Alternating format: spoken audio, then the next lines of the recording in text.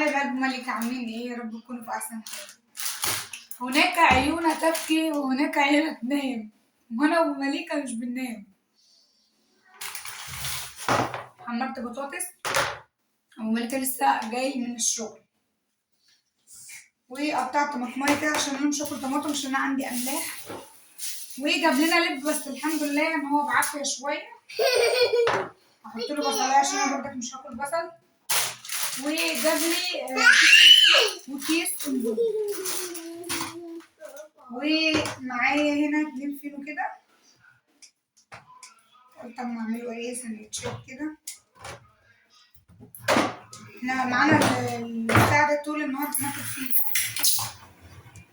وطبعا معانا عيش، ده عملته له بعدين اخرتها ايه بقى؟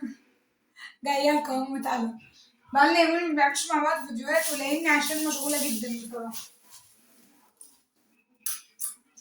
هو جاب اللب وانا اللي كلته. مش مستنيه حتى لما نتعشى، يعني انا بحب اللب قوي. يلا هنعمل ايه بقى؟ النت بعافيه خالص اليومين دول عشان بيركبوا شبكات جديده وكده، فمتدمر معايا حرفيا.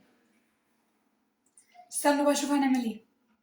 فعندي بقى هنا كده ايه، طبق كبده. الكبده ديت احنا متغدين منها برضو، عاملاها بقى زي بتاعت الشارع بالظبط، ما تتخيرش عن بتاعت الشارع بالظبط، واحسن وانضف اهوت. انا بالنسبه لي الدنيا